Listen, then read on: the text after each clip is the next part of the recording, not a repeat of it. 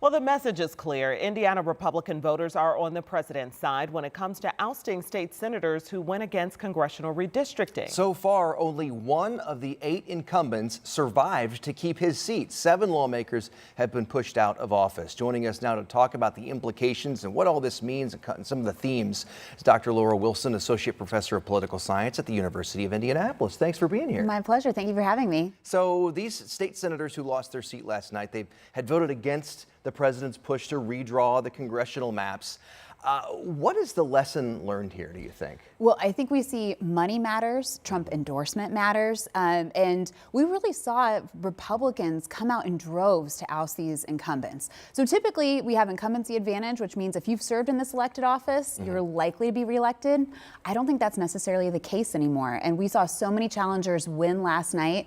It really makes us reevaluate what incumbency means and how effective that really is in terms of reelection. And we're taking a look at the districts involved here, involving one of them, Senator Jim Buck, who'd been in office since 1994. Yes, Greg Walker had served for a long time as well. Linda Rogers has been there for a while. So you're talking about people who were well known within their district, probably had great relationships with their constituents, but money matters. There was a lot of advertising. There were a lot of outside organized interest groups that played a role in this too. And ultimately, those are several incumbents that just didn't make it across the finish line and won't return to the Indiana General Assembly. Yeah, you already kind of touched on it a little bit because I was going to ask you, how much do you think money carried weight here, or was it name that carried more weight?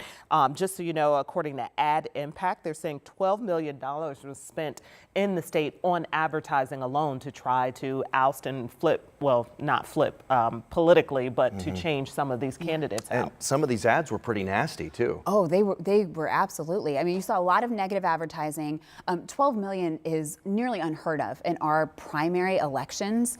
And especially when you're talking about state Senate seats, there's 50 senators. So these are relatively small districts. But money does matter. It helps set the tone. It helps with the messaging for candidates.